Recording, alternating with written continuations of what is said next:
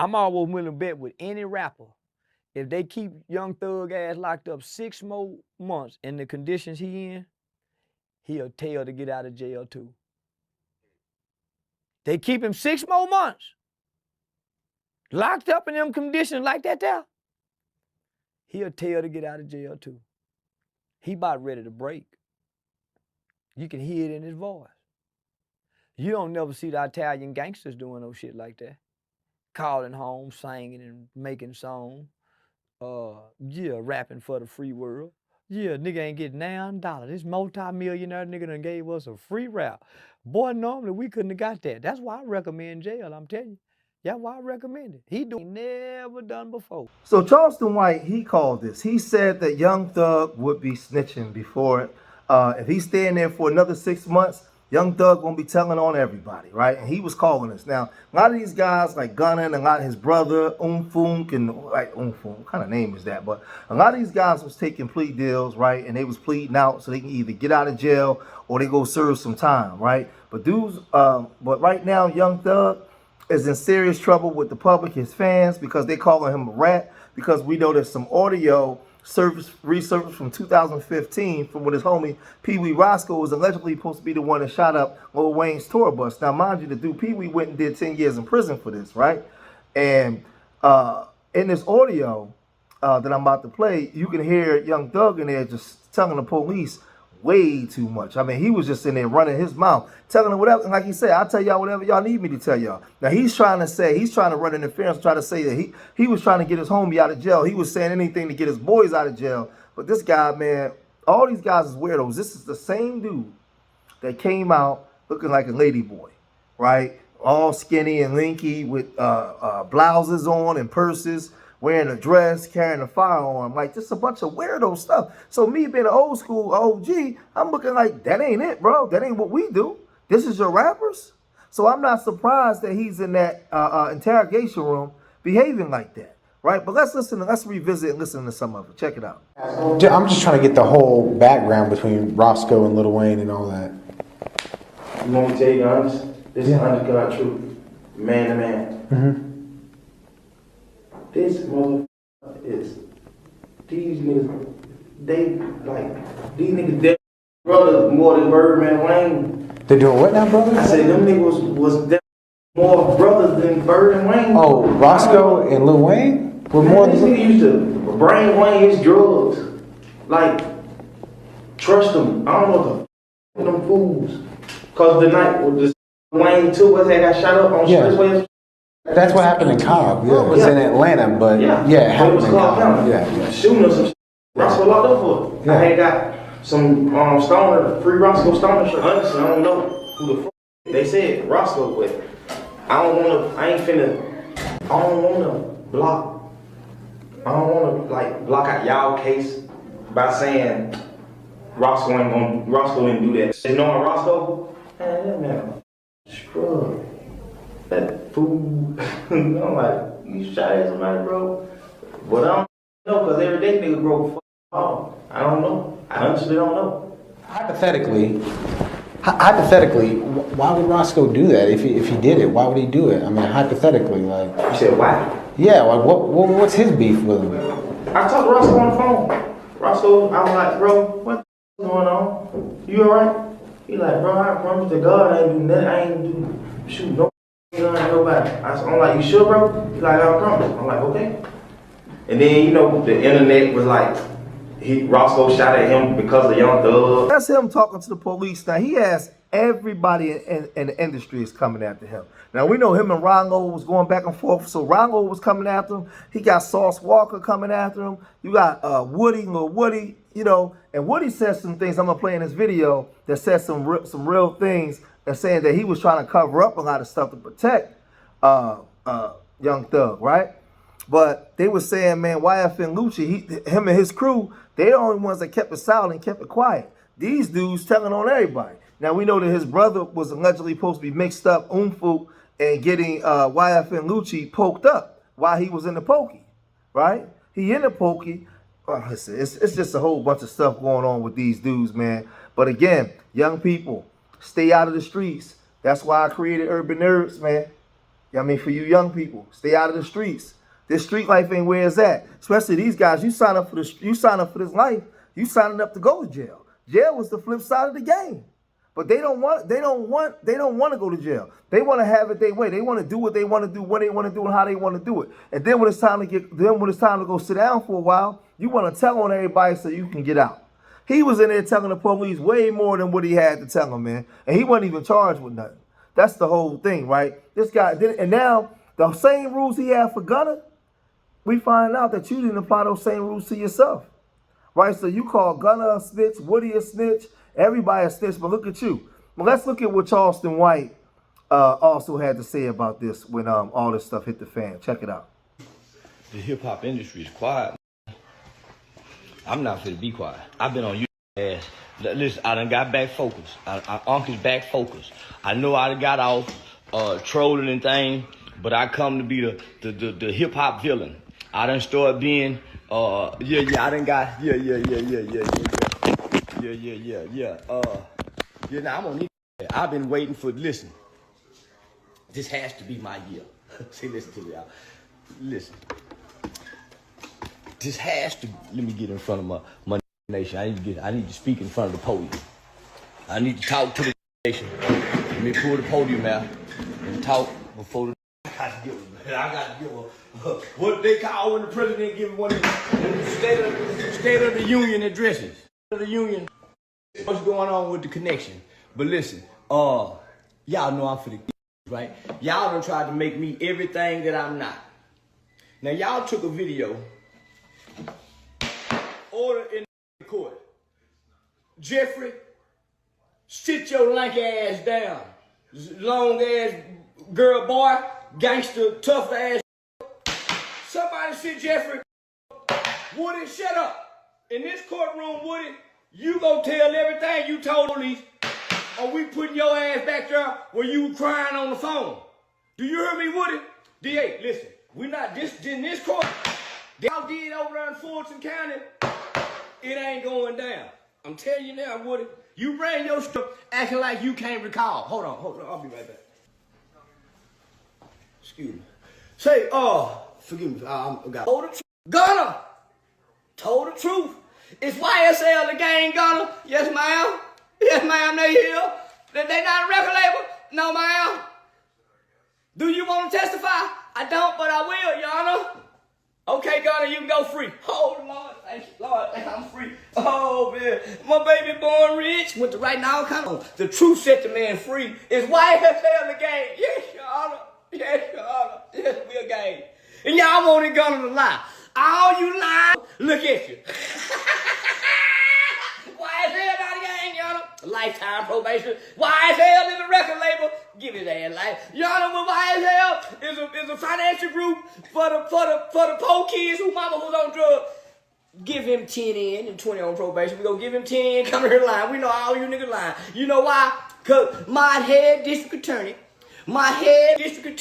Miss Great, the Queen, Fannie Willis, used to be all you niggas defense attorney. Dummies. All you running the Fannie Willis at one point in time. What's that boy name? Rondo Mundo used to have Fannie as the defense attorney. Them niggas always think the lawyer is their friend. Them niggas go in there and tell the lawyers every goddamn thing. Say we really done it. Really Rondo done it. Woody Bob the car. So these niggas getting broke. They getting broke. Then boy, that cut was the best thing Atlanta has seen in a long time. Nigga like Nut, but ain't nothing like the nigga like Nut. Y'all got a nigga like Thugger that done divided the city. Cause he ugly. He ain't got no muscles. He ugly. An ugly ass running the town. The ugliest coming out the projects. Been mistreated all his life. He like one of them Michael Vick dogs in the backyard that had their head in the cage. That all they know how to do is fight and bite. And you done to a loving family. This motherfucker go bite everybody in the house. And the cousins come over too, and the neighbors too. This now running the city. He been busted, dusty, ashy, ugly, bad dental work, poor hygiene, what y'all think?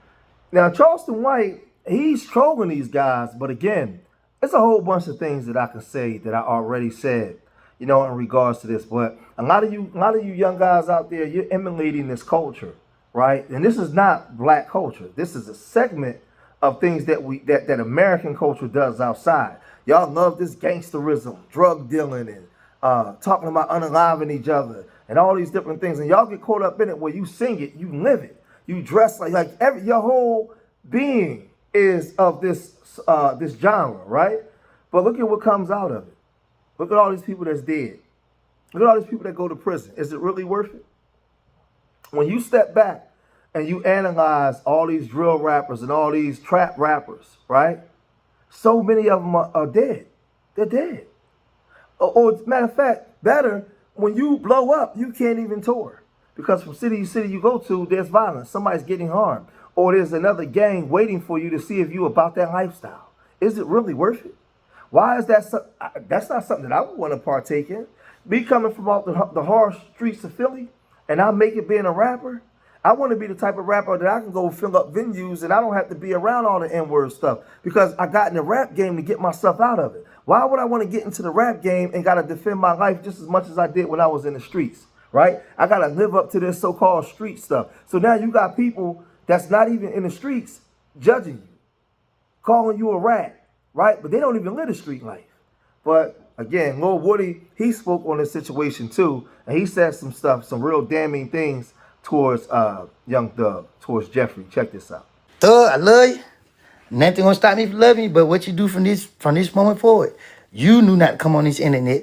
You knew not to let a nigga like Pee Wee Roscoe get on the internet and do what he did. You let Pee Wee do that. You let Pee Wee do that.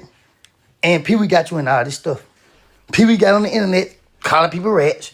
Pee Wee got on the internet saying all he said. Now guess what? He made people mad. People when they dig up the videos. Now people don't dig up the videos. You are what you are, buddy. You official on the Woody and Charleston White team. Yes, sir. Yes, sir. Yes, sir. I'm okay with being a snitch. Because I know what I did. I know what I've been through. But, nigga, you is a snitch, too. And I ain't happy about it. I'm mad about it. Because I've been knowing this the whole time. And I didn't even say nothing. I sat right here and still let the blame be on me. Because of the love I had for you. But when y'all niggas come out of jail and y'all brought that stupid stuff out of here, I left that stupid stuff in jail. Y'all brought that stupid stuff out here. Yeah, I'm mad about it. I knew it. I knew it. I told all y'all, hey, bro, I did this for y'all because I care about y'all. I didn't have to do that for y'all. You feel me? I looked y'all in y'all eyes. Y'all need to get out here and disappointed everybody. Because y'all niggas just fought for y'all life and y'all had the world cheering for y'all. Y'all had the world cheering for y'all. Y'all had the world saying, free y'all. Everybody guilty, even me. Everybody guilty, even me. Everybody guilty. And y'all niggas come out of jail after God gave y'all another chance. I ain't do it. The lawyers ain't do it. Prosecutors ain't did it. The judge ain't did it. God did it. God bless y'all with a wonderful judge. They went by the books. They went by the books. There's nowhere in the world y'all supposed to being in front of that judge. No way. But God said, I'm going to give y'all another chance. And I might be failing. But one thing I know about God, God know my intentions. He know I ain't on here to cause problems. And I'm just going to say this, man. The rules to the streets have always been broken because you always had rats and people that snitch. I mean, you got guys out here back then where they would get a police your phone number, or they would get a police your license plate number, or they would get a police your baby mom's address, right? They would do all kinds of stuff where they don't have to get on the stand. They'll tell the police or the DA, listen, I'm not getting on the stand and testifying, but I'll give you this, and this will lead you to him. And then you can call me and I'll hook you up with this. But as far as getting on the stand, no, I'll set him up where you can get him on something. It's snitching on all kinds of ways, right? This no snitch clause was set in by the mob years ago so that the mafia bosses don't go to jail. That's where it was. It was set up years ago so mafia bosses don't go to jail, right? That's why I was there. So you take the rap, or you take this, because the biggest man can't fall, because if he fall, everything fall. So you go away and do the time, and I take care of your family. That's where that stuff came from, right? And then we always had a horrible relationships with the police in this country. So we didn't like police. So with that, we allowed a whole bunch of bull crap to just run wild within our communities, man, and make excuses for it. No. This stuff is getting exposed, man, and this American culture, because it's not black culture. We wasn't the first dope boys. We wasn't the first gangsters. We wasn't the ones selling booze. We wasn't the first gangs. That was all the W folks. They could psychologically condition you to believe that you're something you're not. So now you want to take on this culture of America, and when things hit the fan, you can't handle the time. You out there telling.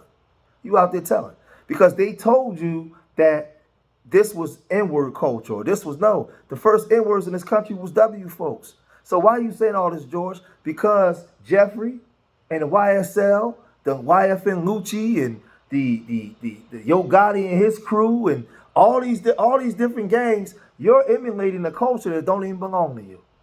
This is W folks' culture. This ain't ours.